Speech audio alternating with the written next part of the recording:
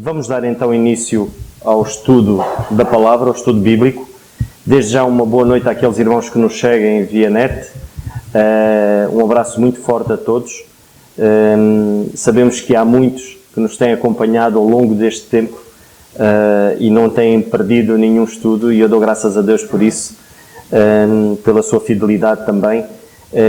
Mas é bom estarmos juntos. E vamos dar então início. Hoje não temos aqui o nosso irmão Carlos Oliveira, nem o nosso irmão Zé de Carvalho. O nosso irmão Carlos Oliveira já está connosco via Zoom, via net, mas deixam saudações também aos irmãos. Vamos então ler, e estamos a estudar a Carta aos Colossenses, capítulo 4. Vamos ler o capítulo todo da Carta aos Colossenses e depois vamos passar ao nosso irmão Alberto e ao nosso irmão Carlos. E a palavra de Deus diz-nos assim, na Carta aos Colossenses, capítulo 4. Vós, senhores, fazei o que for de justiça e equidade aos vossos servos, sabendo que também tendes um Senhor nos céus. Perseverai em oração, velando nela com ação de graças, orando também juntamente por nós, para que Deus nos abra a porta da palavra, a fim de falarmos do mistério de Cristo, pelo qual estou também preso, para que o manifeste como me convém falar. Andai com sabedoria para com os que estão de fora, remindo o tempo. A vossa palavra seja sempre agradável, temperada com sal, para que saibais como vos convém responder a cada um. Tíquico, irmão amado e fiel ministro e conservo no Senhor, vos fará saber o meu estado, o qual vos enviei para o mesmo fim, para que saiba do vosso estado e console os vossos corações, juntamente com Onésimo, amado e fiel irmão, que é dos vossos. Eles vos farão saber tudo o que por aqui se passa. Aristarco, que está preso comigo, vos saúda, e Marcos, o sobrinho de Barnabé, acerca do qual já recebestes mandamentos, e se ele for ter convosco, recebei-o. E Jesus, chamado Justo, os quais são da circuncisão, são estes unicamente os meus cooperadores no reino de Deus, e para mim tem sido consolação. Saúda-vos Epáfras, que é dos vossos, servo de Cristo, combatendo sempre por vós em orações, para que vos conserveis firmes, perfeitos e consumados em toda a vontade de Deus. Pois eu lhe dou testemunho de que grande zelo tenho por vós, e pelos que estão em Laodiceia, e pelos que estão em Hierápolis. Saúda-vos Lucas, o médico amado, e Demas. Saudai aos irmãos que estão em Laodiceia e em Ninfa, e à igreja que está em sua casa. E quando esta epístola estiver sido lida entre vós, fazei que também o seja na igreja dos Laodicenses. E a que veio da Laodiceia, lede-a de vós também. E dizei a Arquipo, atenta para o ministério que recebeste no Senhor, para que o cumpras. Saudação do meu punho, de Paulo, lembrai-vos das minhas prisões, a graça seja convosco. Amém. E foi a leitura da palavra de Deus. Vamos então passar ao nosso irmão Alberto. Graças a Deus por sua igreja e pela oportunidade que temos de estudarmos a sua palavra e orarmos uns pelos outros. Isso é motivo de louvor. Você já, alguma vez na vida, já fez essa expressão de meu Deus, por que isso agora? Por que comigo? Quantas vezes questionamos a Deus por uma situação aflitiva que passamos e nos sentimos privados, presos a uma situação, a um momento, sim, a liberdade que tanto lutamos. E hoje em dia todos falam sobre liberdade de expressão, liberdade de crença, liberdade de escolha, liberdade de ir e vir. Mas aqui no nosso texto hoje nós vamos encontrar algo que nos surpreende. Colossenses 4, no verso 3. Orando também juntamente por nós, para que Deus nos abra a porta da palavra, a fim de falarmos do mistério de Cristo, pelo qual estou também preso. Já falamos muitas coisas sobre mistério e tantas outras poderíamos falar. Mas aqui Paulo define a si próprio como prisioneiro do Senhor. Estou preso por causa da palavra do mistério. Veja que outros lugares, em outras cartas do apóstolo Paulo, ele também se define assim. E isso chama atenção. Uma prisão em Cristo é liberdade. Em Filémon, no verso 1 e no verso 9, ele fala que ele é o prisioneiro de Jesus Cristo. Efésios 3, no verso 1. Efésios 4, no verso 1 e 2. 2 Timóteo 1, verso 8. Devido à pregação da palavra de Deus, o mistério de Cristo, desta dispensação que estamos vivendo. E esta palavra, este evangelho, ele causa conflitos nas culturas, nas religiões. Principalmente aqui, Paulo está falando e destacando o conflito que existia dentro do fundamentalismo judaico e do liberalismo do Império Romano, com a sua idolatria, o seu paganismo, o seu modus vivendi. E por causa desta palavra, ele está preso. Mas ele viveu parte do seu ministério preso, retido. E foi exatamente neste momento de prisão onde ele pôde produzir as cartas que nós temos hoje e podemos estudar e conhecer melhor a Deus, ao mistério e a salvação. Veja que em nenhum momento Paulo ele murmura, reclama, em nenhum momento ele traz algumas indagações. Meu Deus, por quê? Em fato, nenhum momento nós vamos ouvir, nós vamos ler alguma queixa do apóstolo Paulo. E olha, se ele não cita em suas cartas que ele estava da prisão escrevendo, jamais iríamos desconfiar que ele estava sendo encarcerado, que ele estava passando por privações, estava preso. Olha só o que podemos aprender da vida do apóstolo Paulo. Se na sua carta aos Filipenses, que é a carta da alegria, ele escreve da prisão, jamais iríamos desconfiar. E esta carta aos Colossenses, da cidade de Colossos, é a carta da ação de graça, do agradecimento. Em momento algum iríamos desconfiar que o apóstolo Paulo estava preso, passando por uma situação aflitiva. Em momento algum, Paulo ele vai questionar, ele vai reclamar do sistema judicial romano, das leis romanas que até hoje influenciam o nosso sistema de leis. Em momento nenhum ele culpou o diabo.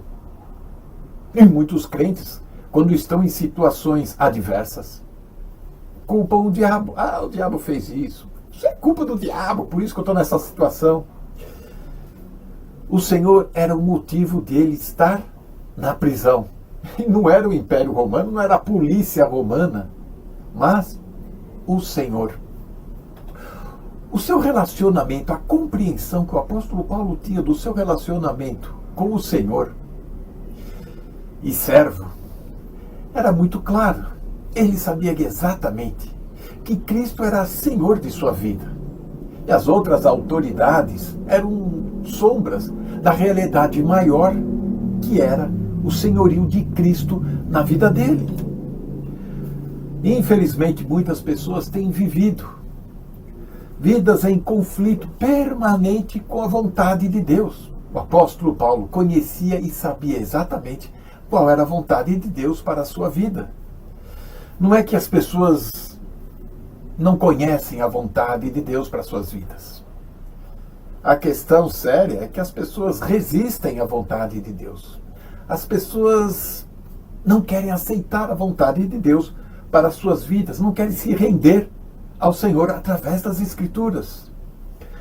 Não compreende que acima da circunstância de vida, das condições humanas, passageiras que vivemos, está o plano de Deus, o propósito de Deus para extrair o melhor de nossas vidas. Há um exemplo no Antigo Testamento, no livro de Gênesis, capítulo 38, 39, nós vamos encontrar José preso.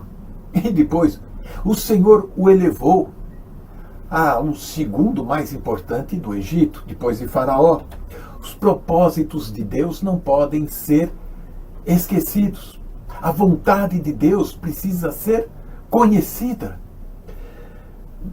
Veja em Romanos 14, verso 8. Porque se vivemos para o Senhor, vivemos. Se morremos, para o Senhor morremos. De sorte que, ou vivamos ou morramos, somos do Senhor. Muitas pessoas estão presas ao pecado, achando que estão livres, libertas para fazerem o que bem entenderem. Gálatas 5, no verso 13, não useis da liberdade para dar ocasião à carne, mas servir-vos uns aos outros pelo amor. 1 Pedro, primeira carta de Pedro, capítulo 2, no verso 16, fala a mesma coisa. Não tenha liberdade por cobertura ou por desculpa da malícia ou para fraquejar a carne, mas como servos de Deus. Se você não é servo de Cristo, escravo do Senhor, você vai ser servo e escravo do pecado. Não há outra alternativa. São estas as duas condições. Que o Senhor nos mostre que a verdadeira liberdade está em Cristo Jesus e que possamos andar por ela. Que Deus nos abençoe. Amém. Voltando ao nosso estudo, a Colossenses, ainda no capítulo 4 e no versículo 3, eu quero enviar uma saudação especial a todos vós que estáis a acompanhar presencialmente o estudo aí na igreja. Eu só estarei presente presencialmente no fim de semana, se Deus quiser. E quero também enviar uma saudação a todos aqueles que nos acompanham pela internet, especialmente às duas Filomenas. Desta vez quero dar uma saudação especial à Filomena que está em São João da Madeira e à Filomena que está em Londres. Que Deus as abençoe ricamente e também aos demais. Então em Colossenses 4:3 nós lemos, orando também juntamente por nós, para que Deus nos abra a porta da palavra a fim de falarmos do mistério de Cristo, pelo qual estou também preso. Eu gostaria de destacar aqui duas palavras também. Orando também, no início do versículo, e depois no fim do versículo, estou também preso. Então vamos pensar um pouco sobre o orando também. O apóstolo orava por várias coisas, e ele aqui diz orando também, neste caso concreto, orando para que Deus abrisse a porta da palavra a fim de falar do mistério de Cristo. No entanto, orando também significa que ele orava por mais coisas. Por exemplo, orando também quando estás só. Não só quando oras com a igreja, como nós vimos no estudo anterior, e como igreja. Portanto, quando nós estamos sós também devemos orar. Orando também quando estamos sós. É muito importante. Orando também pelas autoridades. Além do mais, isso irá ajudar-te a não falares mal das mesmas, como infelizmente tantas vezes se ouve tantos falarem. Nunca se deve falar mal das autoridades. A Bíblia proíbe isso.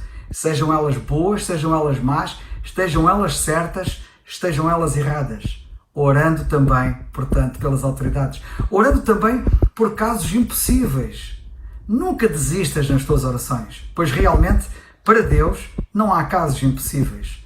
E tantos crentes têm sido surpreendidos com respostas fantásticas a casos aparentemente impossíveis e depois de passarem até muitos anos. Orando também quando tomas um simples copo de água ou comprimido, não apenas quando tomas os teus manjares, não apenas quando tomas as tuas refeições. Orando também, portanto, quando tomamos um simples copo de água ou um simples comprimido, um simples remédio, qualquer coisa que nós ingeramos. Orando também enquanto falas com alguém, sobre qualquer assunto que seja. Tu não imaginas o resultado que daí advém quando estamos em conversa com alguém e ao mesmo tempo estamos a orar pela pessoa. Orando também antes de tomares qualquer decisão, revelando que dependes de Deus em tudo e não apenas em algumas coisas.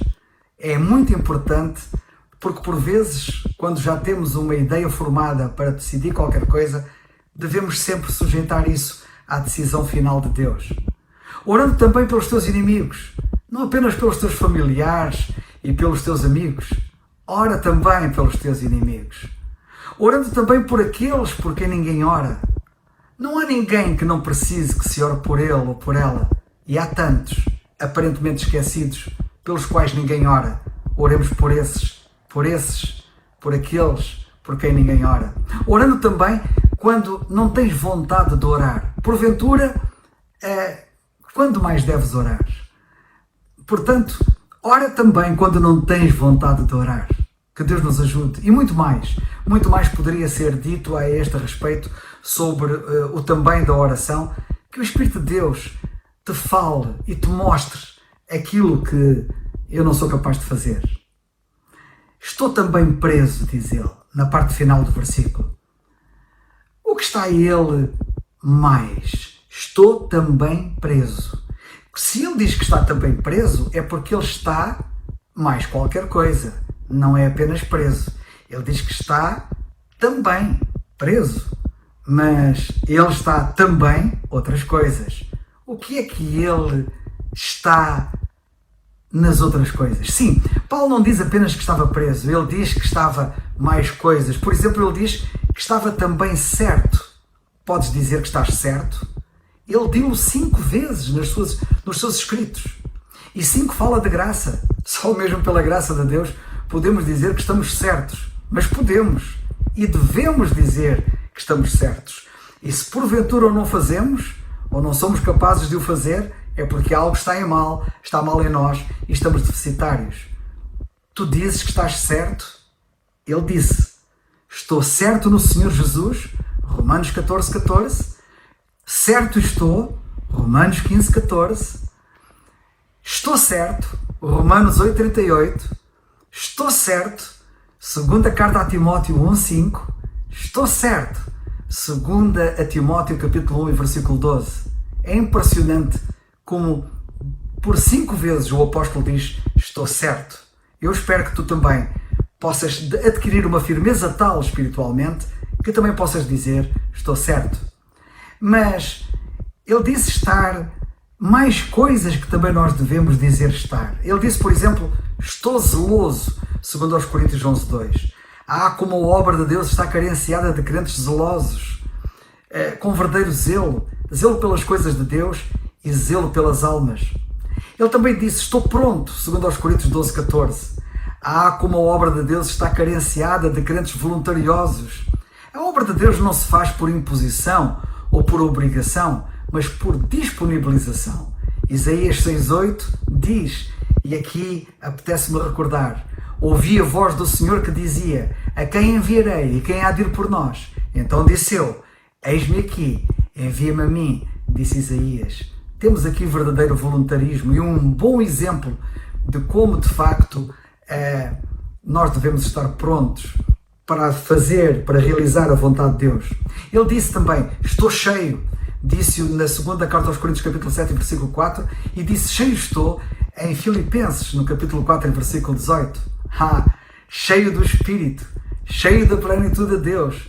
Digamos o mesmo como o apóstolo Paulo, fazendo eco às palavras do salmista de uma forma verdadeira, quando ele disse, o meu cálice transborda, tão cheio ele estava, como nós lemos no Salmo 23 e no versículo 5. Ele também disse, estou presente, Gálatas 4:18. Quantas ausências nós assistimos na obra de Deus, quanta perda por causa disso.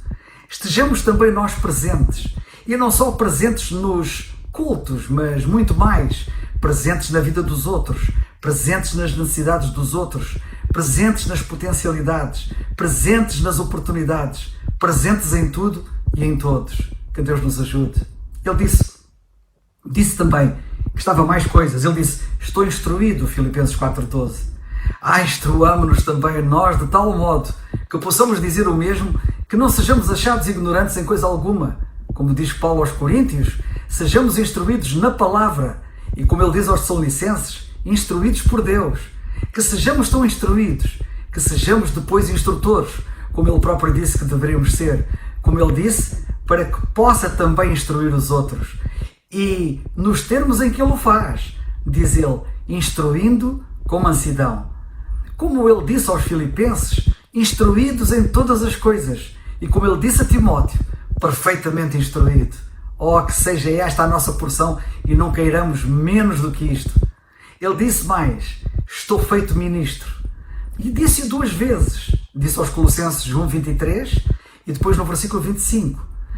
Deixemos que o Senhor nos faça ministros, que quer dizer servos. A maior necessidade da igreja é porventura a de servos. Sejamos servos, pois há tanta falta de servos. Ele disse mais, estou a ser oferecido. Disse-o a Timóteo na segunda carta, capítulo 4 e versículo 6. Sejamos uma oferta para todos, uma mais-valia, nunca um tropeço. Depois ele disse ser alguns paradoxos. Por exemplo, ele disse, estou fraco, então sou forte. Segundo aos Coríntios 12:10. Ele disse, estou morto para viver. Gálatas 2:19. Ele disse, estou crucificado, Cristo vive em mim. Gálatas 2:20. Ele disse, estou em aperto. E isto é ainda muito melhor. Filipenses 1:23. E depois temos esta preciosidade de o ver dizer aqui em Colossenses 4:3, na nossa passagem, estou também preso. Como de coisa boa se tratasse, e de facto era. Sejamos também os presos do Senhor, como também já ouvimos nas explicações que aqui foram dadas. Amém.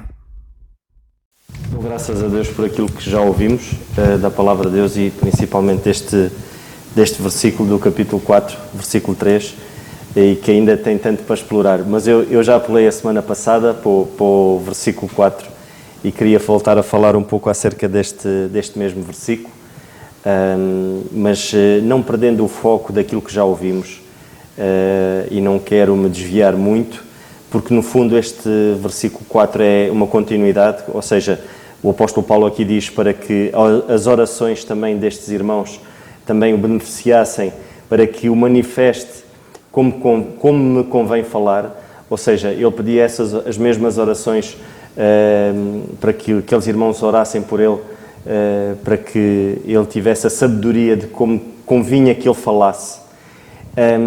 E ao meditar um pouco nesta passagem, nós às vezes, se nos fosse dado, se o Senhor agora nos desse um tempo limite de vida e Ele nos manifestasse isso e Ele dissesse, olha, tu tens 3 dias, tu tens 6 meses, e Ele nos desse assim, o que é que nós faríamos? Como filhos de Deus, verdadeiramente, o que é que nós iríamos fazer? Há muitos que os médicos dão um diagnóstico e dizem, olha, você, em princípio, o seu problema de saúde são 4 meses. Ao fim de 4 meses nós não sabemos, mas você tem 4 meses de vida. E nós já vimos o relato de muitas pessoas dizerem que iriam fazer tudo o que não fizeram, outros iriam viver aquilo que não viveram. Mas aqui o apóstolo Paulo, a preocupação dele era que de facto que aqueles irmãos, porque ele sabia que os dias deles estavam a chegar ao fim, que orassem para que da boca dele saísse aquilo que convinha que ele falasse àqueles irmãos.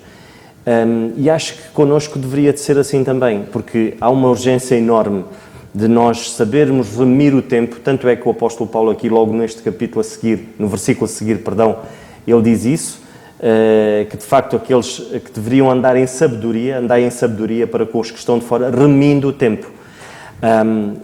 Devemos remir o tempo, da maneira como falamos. E eu digo isso que nós como igreja, como corpo de Cristo, nós temos um objetivo e nós devemos anunciar o quê? Devemos anunciar o Evangelho da Reconciliação. E o próprio apóstolo Paulo fala nisto na segunda carta aos Coríntios, no capítulo 5, versículo 17 a 21. Ele diz que nós devemos anunciar o Evangelho da Reconciliação. Segunda carta aos Coríntios 5, 17 a 21.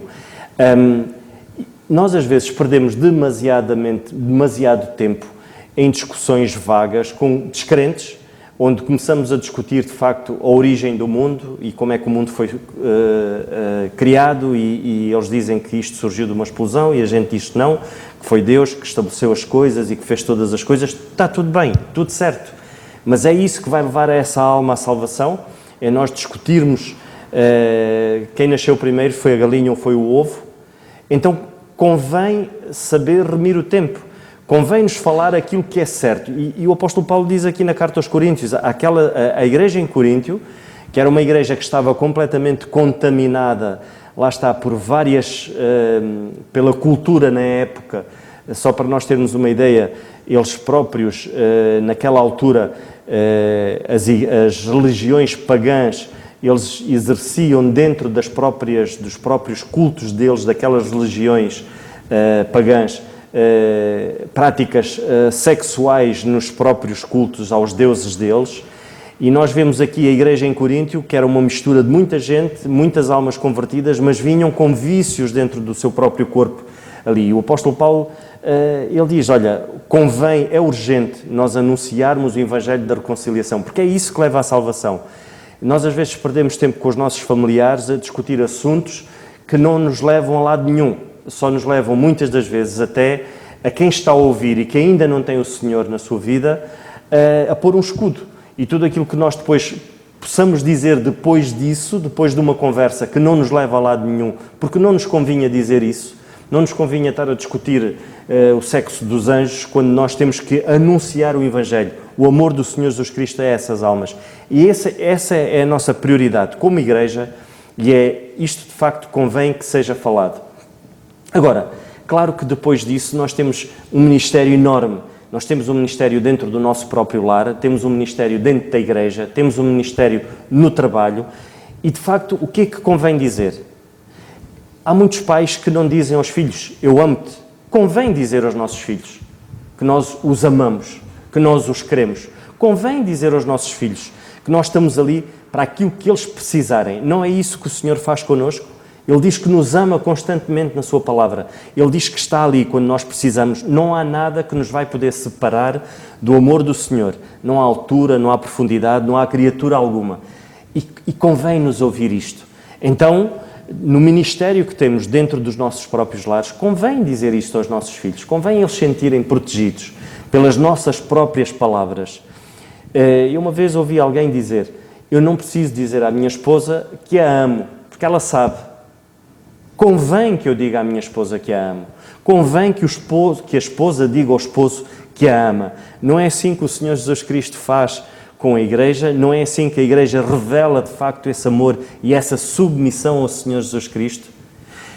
Irmãos, quando nos é pedido para nós podermos ajudar alguém, imaginem um conflito familiar ou um conflito matrimonial, o que nos convém falar? O que nos convém dizer? Nós vamos discutir com o casal que convém que eles, de facto, no divórcio, tenham cuidado com as partilhas, tenham cuidado quem vai ajudar quem. Não convém dizer isso. O que é que convém dizer, então?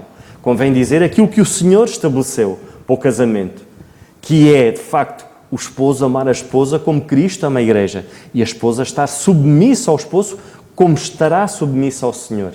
Convém nós enfatizarmos isso. Revelar este amor sacrificial do Senhor Jesus Cristo pela Igreja e a submissão da Igreja a Cristo. Então convém o conteúdo das nossas palavras estarem focadas e estarem preenchidas com a Palavra de Deus, estarem revestidas da Palavra de Deus. Então convém que o nosso discurso seja incisivo. Porque nós não sabemos se eu vou durar até amanhã. Se me for pedida ajuda hoje, eu não sei se amanhã vou estar cá para ajudar essa pessoa. Então, convém remir o tempo. Convém dizer as palavras certas. Às vezes as palavras certas, e em Provérbios, que é o livro da sabedoria, diz isso, uma palavra certa às vezes, ela faz moça, ela dói, mas é preciso que ela seja dita. É preciso nós dizermos aquilo que é, sermos assertivos. Nós não devemos dizer aquilo que os outros querem ouvir, mas devemos dizer o que os outros precisam de ouvir. Então convém que seja assim. Convém que nós, de facto, dentro da própria Igreja, que o nosso discurso seja um discurso incisivo. O apóstolo Paulo, na carta aos Filipenses, no capítulo 2, no versículo, nós podemos ler, carta aos Filipenses, dentro da própria Igreja, qual será o nosso discurso? E nós vemos isso na carta aos Coríntios também, quando uns diziam que eram de Apolo, outros diziam que eram de Paulo e outros diziam que eram de Cristo, estas divisões e esta discórdia. Mas nós vemos na carta aos Filipenses, no capítulo 2, nós vemos este discurso. E é este discurso que nós temos, é isto que nos convém então falar à Igreja. Portanto, no capítulo 2, versículo 1, portanto, se há algum conforto em Cristo, se há alguma consolação de amor, alguma comunhão no Espírito, se há alguns entranháveis afetos e compaixões, completai o meu gozo, para que sintais o mesmo, tendo o mesmo amor, o mesmo ânimo, sentindo a mesma coisa. Irmãos, é preciso que nós sejamos bíblicos no nosso discurso. É preciso que nós possamos fazer passar esta mensagem. E o apóstolo continua assim: não façais por contenda ou por vanglória, mas por humildade. Cada um considere os outros superiores a si mesmo. É isto que nós temos feito, porque se nós não fizermos isso, depois nós não vamos saber dizer aquilo que convém ser dito. Se a nossa postura for ser superior ao Paulo, o meu discurso nunca vai ser, eu nunca vou dizer aquilo que convém ser dito, porque logo à partida eu estou a ter uma atitude errada. Porque o apóstolo continua e ele diz assim: não atente para cada um para o que é propriamente seu, mas cada qual para o que é dos outros. Este é o discurso que convém ser dito. De sorte que haja em vós o mesmo sentimento que houve em Cristo, que também em Cristo Jesus, que sendo em forma de Deus, não teve usurpação de ser igual a Deus, mas aniquilou-se a si mesmo, tomando forma de servo, fazendo-se semelhante aos homens. Reparem, irmãos, este é o discurso como igreja, dentro da igreja, ministério que é de facto importante, que é a igreja, nós devemos ter este discurso, devemos ser incisivos. Nós não devemos ir para um conflito dentro da igreja em, não, tu é que tens razão, não, olha, que ele não tem razão, sim, de facto, eu acho bem, não deves mesmo falar com ele, ele ofendeu-te, e tu não mereces isso. Não convém que o nosso discurso seja assim.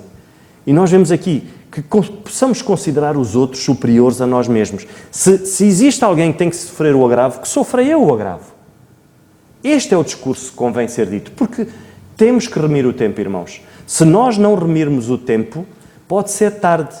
E eu já disse isto várias vezes. Houve um irmão que uma vez disse que alguém bateu-lhe à porta às tantas da noite e ele não abriu a porta. Porquê? Porque ele achou que não era conveniente naquela altura, às tantas da noite, aquele irmão estar a chateá-lo. E o que é certo é que no outro dia esse irmão apareceu morto, matou-se, suicidou-se. Convinha que naquela hora ele abrisse a porta e convinha que ele falasse as palavras certas. Mas ele não falou. Porquê? Porque ele não priorizou aquela alma humana. Que o Senhor nos ajude, irmãos, e que de facto que o Senhor nos dê a força e a sabedoria de podermos, de facto, falar aquilo que nos convém falar. E isso é muito importante, é isso que dá crescimento. E nós vemos logo a seguir no versículo, quando ele diz, andai com sabedoria. Nós no capítulo, em Efésios, na carta aos Efésios, no capítulo 4, nós vemos quando o apóstolo Paulo diz que devemos remir o tempo, porque os dias são maus. Antes disso ele diz, desperta tu que dormes, e que dormes entre os mortos, e faz aquilo que é certo. De facto, devemos remir o tempo, e remir o tempo acaba por ser assim também. É nós sabermos dizer aquilo que é preciso ser dito. Que possamos revestir o nosso discurso diário, quer em casa, não se esqueçam de dizer às vossas esposas, dizer aos vossos filhos que os amam, e acima de tudo, que possam da vossa boca saírem palavras agradáveis, temperadas com sal, como nós já vimos aqui na Palavra de Deus, quando há conflitos dentro da igreja, que de facto o nosso espírito não seja um espírito de divisão, mas um espírito de união e de humildade, o mesmo espírito que o Senhor Jesus Cristo tinha. Que o Senhor nos ajude, irmãos. E dito isto, eu não sei se mais algum irmão tem algum pensamento que queira partilhar connosco. Se não, vamos terminar com a oração. Eu dou graças a Deus mais uma vez por aquilo que ouvimos esta noite. O nosso irmão Carlos e o nosso irmão Alberto ainda estão no tesouro do versículo 3, eles ainda estão a tirar pedras preciosas, preciosíssimas do capítulo 3, do versículo 3, perdão, e de facto é uma bênção nós podermos ouvir, quando nós pensamos, em princípio está tudo dito, mas não está tudo dito. também, lá está, também existe mais alguma coisa para ser dita no versículo 3. Que o Senhor assim nos ajude. Vamos ficar de pé então, irmãos, e vamos terminar com a oração.